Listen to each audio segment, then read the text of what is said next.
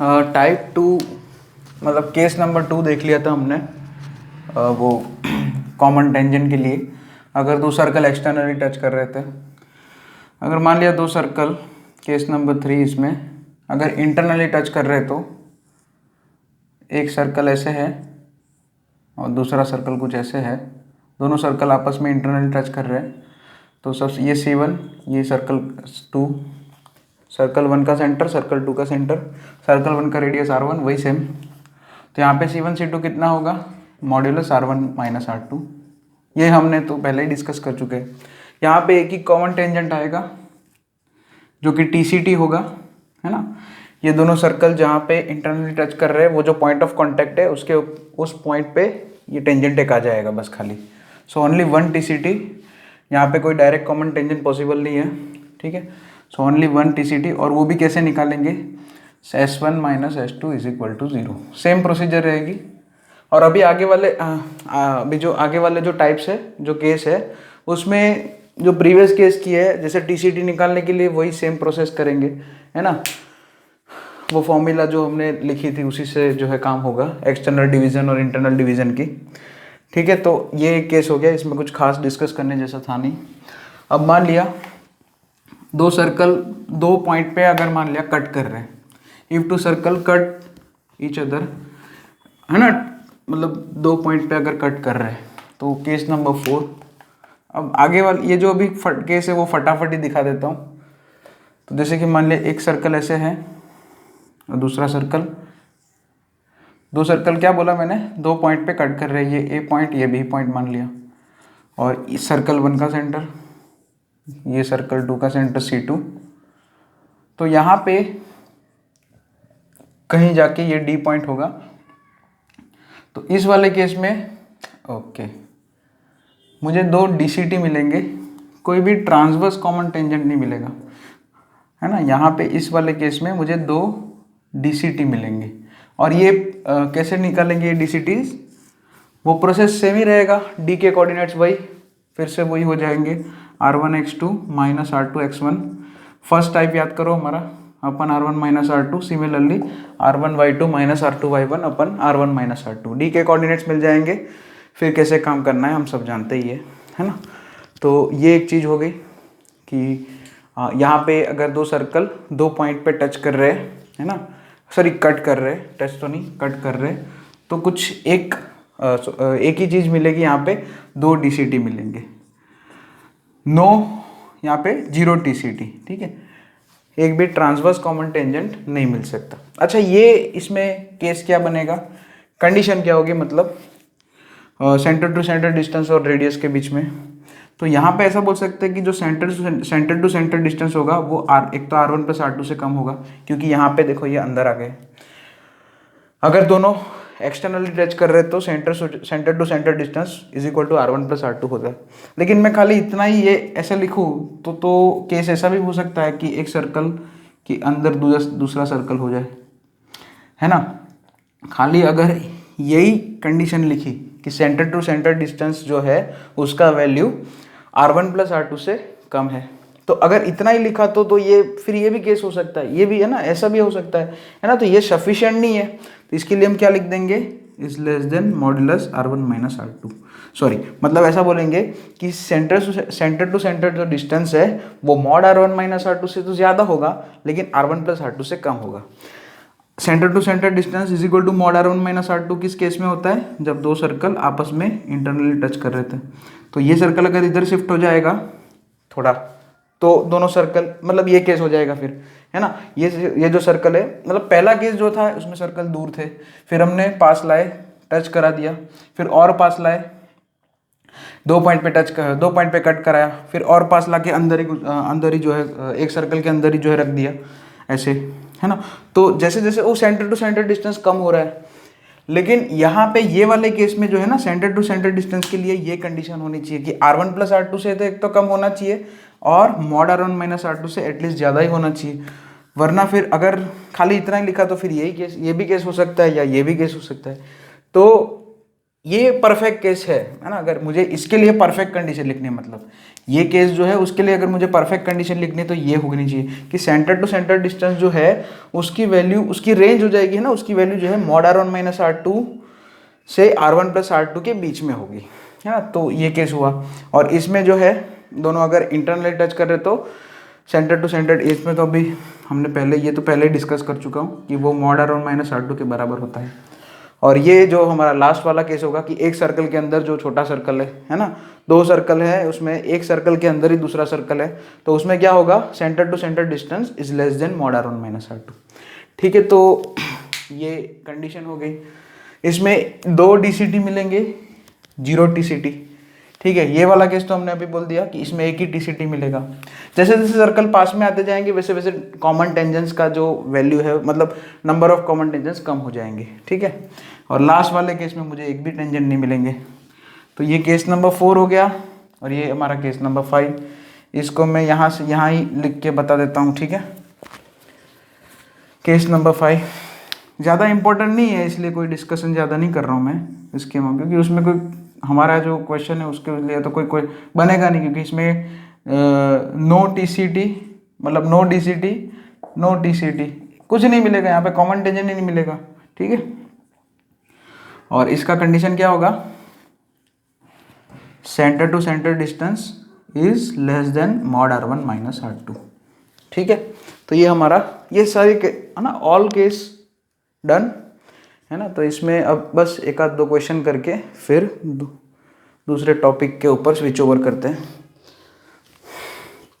और अगर ऐसा कोई केस आया तो ये अब इसमें प्रोसेस तो वही रहेगी DCT निकालने के लिए जो फर्स्ट केस में कराई थी। ठीक है, लेकिन इन जनरल अगर आपको अच्छा ही क्वेश्चन पूछना है तो केस नंबर 1 से ही पूछा जाएगा, क्योंकि उसमें 4 कॉमन टेंजेंट होते हैं, 2 DCT और 2 TCT। लेकिन ये भी इग्नोर नहीं कर सकते, इसलिए मैंने खाली डिस्कस करा दिया। चलो, तो अब आगे बढ़ते हैं।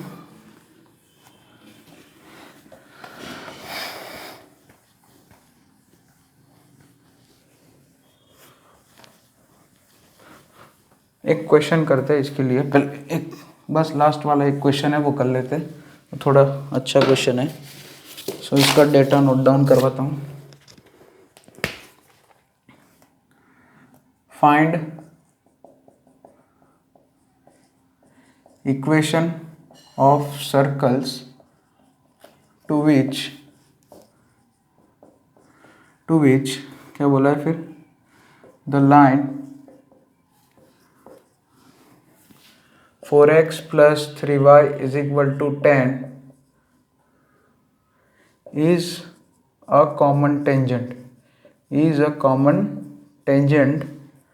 at 1,2 point 1,2 and radius of each circle is 5। अब लैंग्वेज बहुत ध्यान से समझनी पड़ेगी। इसमें क्या बोला है, find the equation of circles to which, दोनों सर्कल के इक्वेशन पूछे गए यहाँ पे, और कॉमन टेंजेंट एक दिया है, पॉइंट दिया है। यानी कि अब यहाँ पे देखो जो language, common tangent at point 1,2 and दोनों सर्कल की रेडियस एक तो 5 है। ठीक है, R1 is equal to R2 is equal to 5। और ये जो टेंजेंट है जो ड्रॉ किया गया है वो ये पॉइंट दोनों, मतलब ये पॉइंट जो है दोनों में है, इसका मतलब यही हुआ है ना, ये पॉइंट जो है दोनों सर्कल पे है। यानी कि आपके दोनों सर्कल जो है ना टच कर रहे हैं, एक्सटर्नली टच कर रहे हैं और कुछ नहीं है। इंटरनली टच नहीं कर सकते क्योंकि दोनों की रेडियस सेम है। अब यहाँ पे केस आपको खुद ही सोचना पड़ेगा। ठीक है, क्योंकि आपको सर्कल के इक्वेशन तो दिया ही नहीं है, तो आप वो वाली चीज तो हमने जो बोला कंडीशन तो आप निकाल नहीं पाओगे, आप कुछ नहीं कर पाओगे। C1 C2 क्या, वो R1 प्लस R2 क्या है ना। तो आपको अब खुद ही है ना दिमाग लगाना पड़ेगा कि इसमें ये जो लैंग्वेज दी है इसके हिसाब से क्या केस बन सकता है।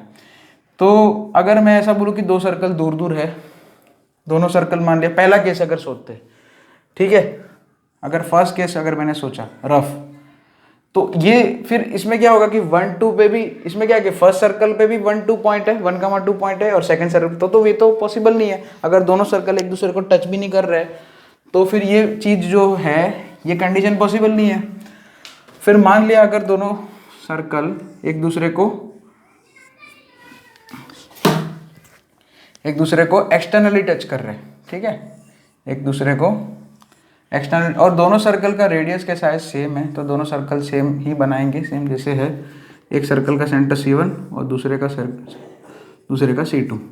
यहाँ पे ये दोनों का ये पॉइंट ऑफ कांटेक्ट है 1,2, ठीक है, ये जो पॉइंट है ये 1,2 है, ठीक है, और यहाँ पे ये जो है कॉमन टेंजेंट है, कौन सा है ये 4x, ये क्वेश्चन में आपको दिया गया 4x + 3y = 10।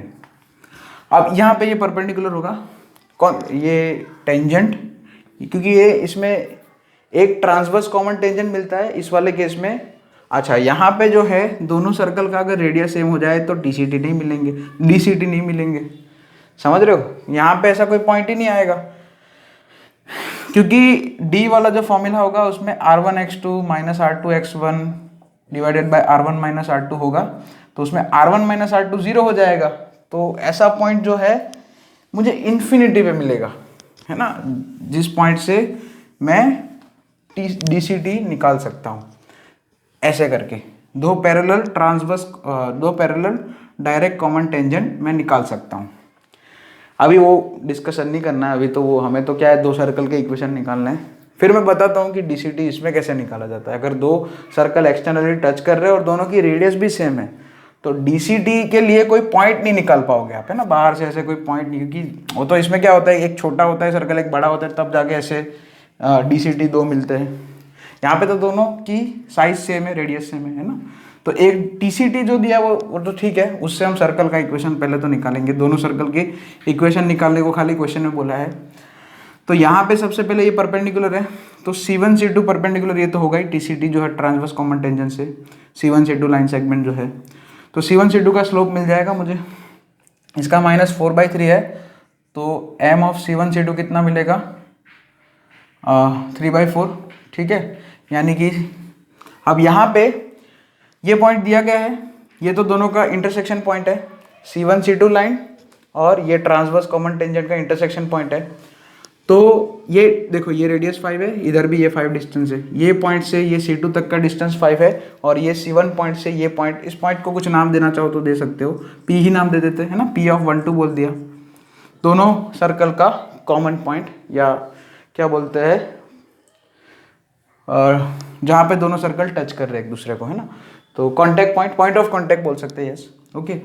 तो यहाँ पे मुझे ये जो C1 C2 है उसका रेडियस मिल गया। अब यहाँ पे मुझे पता है कि C2 के कोऑर्डिनेट निकालना है, तो उसके लिए मेरे पास स्ट्रक्चर क्या है कि P पॉइंट वो एक बेसिक पॉइंट है, बेस पॉइंट है, फिक्स पॉइंट है, या गिवन पॉइंट है, ऐसा बोल सकते हैं, उससे 5 यूनिट डिस्टेंस पे C2 पॉइंट है। तो अब ऐसा कोई डिस्टेंस वाला बात आए, और यहाँ पे ये जो लाइन है, लाइन के ऊपर ही बात चल रही है, ये एक लाइन है ना, ये लाइन ही होगी C1 C2 लाइन, है ना, C1 C2 लाइन सेगमेंट जिसके अंदर होगा वो एक लाइन हो सकती है जिसका स्लोप 3/4 है।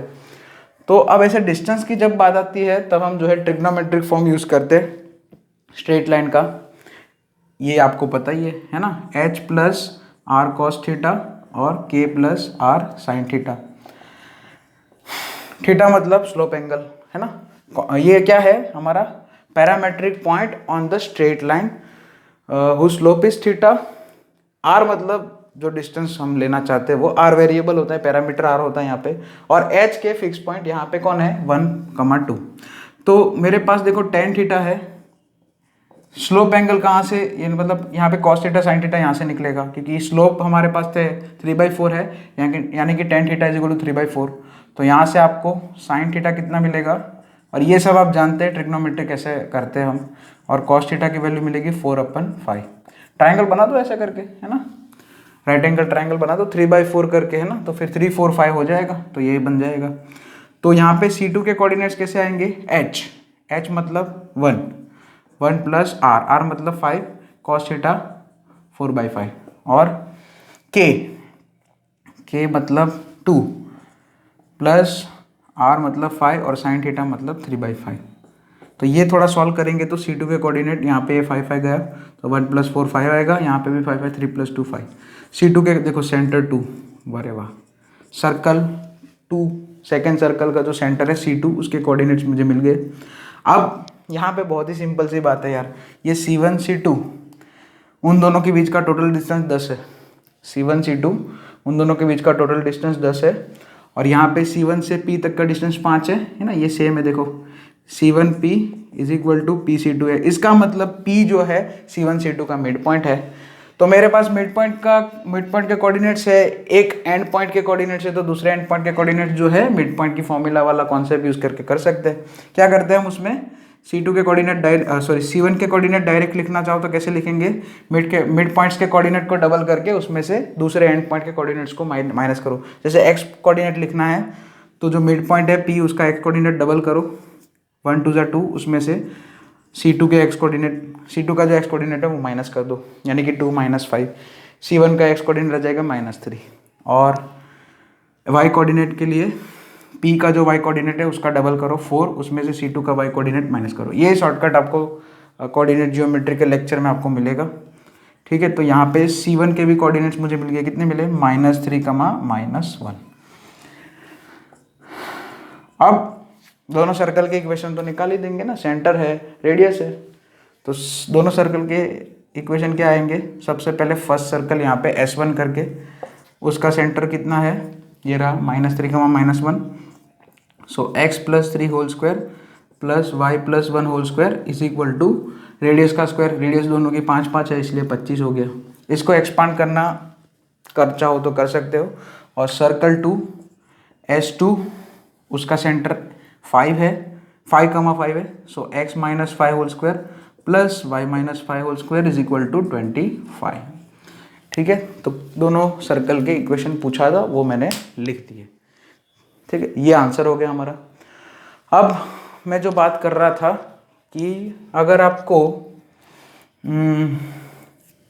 ये दोनों DCT यहाँ पे DCT मिलेंगे तो सही है ना, लेकिन वो क्या होंगे, जैसे यहाँ पे ये एक DCT इधर मिलेगा दोनों का, और ये कैसे नीचे मिलेगा, वो कैसे निकालेंगे यहाँ पे। उसके लिए कुछ नहीं करना है। यहाँ पे जो ये जो DCT है, कोई एक सर्कल को पकड़ लिया मैंने, ये अच्छा है क्योंकि इसके है ना सेंटर के कोऑर्डिनेट पॉजिटिव है। तो ये यहाँ पे देखो टेंजेंट नॉर्मल ये सब पता ही है, तो यहाँ पे ये DCT है तो वहाँ से हम नॉर्मल ड्रॉप करा सकते हैं। अच्छा, ये नॉर्मल का स्लोप क्या होगा, -4/3। क्यों वही होगा, क्योंकि TCT और ये नॉर्मल दोनों पैरेलल होंगे, क्योंकि ये TCT और ये DCT इधर जो है क्या होगा, दोनों आपस में परपेंडिकुलर हो गए। अब यानी कि मुझे दोनों ही DCT के स्लोप मिल गए। अब मुझे क्या चाहिए, एक पॉइंट चाहिए। उसके लिए हम क्या काम करेंगे, जैसे कि यहाँ पे ये DCT का इक्वेशन अगर हम लिखेंगे फैमिली ऑफ, या कि जैसे कि यहाँ पे दोनों ही DCT जो है, ये जो एक TCT है उससे परपेंडिकुलर होगा इस वाले केस में, है ना। क्योंकि ये यहाँ पे क्या प्रॉब्लम क्या है कि इसमें ये जो आप D निकालना चाहोगे, D निकालने जाओगे वो फॉर्मूला से, तो फिर इन्फिनिटी वाला वो आ जाएगा, कौन, R1 - R2 0 हो जाएगा नीचे डिनोमिनेटर में। तो आपको वैसे D पॉइंट मिलेगा नहीं, वो वाली प्रोसीजर से आपको D पॉइंट नहीं मिलेगा तो आप बोलोगे sir DCT does not exist. ऐसा नहीं है, यहाँ पे DCT मिल रहे हैं मुझे, देखो ये डायरेक्ट कॉमन टेंजेंट है ही, ठीक है। लेकिन ये ऐसा है यहाँ पे, है ना, एक थोड़ी सी ऐसा होगा कि ये दोनों टेंजेंट आगे ये दोनों टेंजेंट है, ये दोनों टेंजेंट आपस में पैरेलल होंगे, लेकिन ये दोनों ऐसा बोलते हैं कि ये दोनों आगे जाके कहीं इन्फिनिटी पे मिलेंगे, और ये थोड़ा सा है ना अभी अजीब लगता है बात करने में। इसलिए ये कॉमन टेंजेंट हम जो है DCT जो है एल्जेब्रिकली नहीं बोल सकते हम, है ना, अब ज्योमेट्रिकली भी नहीं बोल सकते, है ना। तो एक हवा में ऐसी बात कर सकते कि भाई ये दोनों DCT अगर हम बोले तो इन दोनों का इंटरसेक्शन पॉइंट क्या, तो ऐसा होता है कि दो पैरेलल लाइन जो है ना आगे जाके कहीं इन्फिनिटी में मिलती है। ऐसा जो है अभी थोड़ा मतलब प्रैक्टिकली प्रूफ करना बहुत ही अजीब लगता है, लेकिन फिर भी अगर ये दो टेंजेंट का इक्वेशन अगर मुझे निकालना है तो मैं निकाल सकता हूँ, कोई प्रॉब्लम नहीं है। अगर आपको कहीं कोई क्वेश्चन में पूछा जाए तो हम इक्वेशन निकाल सकते हैं, लेकिन जो है थ्योरी के हिसाब से उन दोनों को DCT नहीं बोलेंगे, ठीक है, क्योंकि फिर प्रॉब्लम हो जाएगा ना, यहाँ पे इन्फिनिटी आ रहा है, फिर बोलेंगे डीसीटी अगर बोलेंगे तो फिर वो इंटरसेक्शन भी होना, दोनों का इंटरसेक्शन भी होना चाहिए। और ऐसा अभी मैथमेटिक्स में बोला गया कि दो पैरेलल लाइंस जो है ये दोनों पैरेलल होंगे ना, दो पैरेलल लाइंस आगे जाके इन्फिनिटी बहुत दूर जाके इन्फिनिटी में मिलती है। तो ऐसी हवा में बात तो नहीं करेंगे अभी, है ना। तो फिलहाल के लिए खाली इक्वेशन निकालना चाहूँ ये दोनों टेंजेंट का तो मैं निकाल सकता हूँ। हाँ, ये परपेंडिकुलर लाइन है तो family of lines perpendicular to this line क्या हो जाएगा, 3x - 4y plus lambda is equal to 0। बस इसमें फिर कुछ नहीं, यही ये लाइन का इक्वेशन आ गया। सेंटर के कोऑर्डिनेट से आपके पास रेडियस है 5, है ना, ये इसका टेंजेंट है 3x - 4y plus lambda is equal to 0, ये सर्कल का टेंजेंट है। तो आप क्या लगा सकते हो, टेंजेंसी कंडीशन लगा के जो है लेमडा की वैल्यूज निकाल सकते हो, 2 लेमडा की वैल्यू आएगी, है ना। तो वो आप कर सकते हो, करना चाहो तो, ठीक है।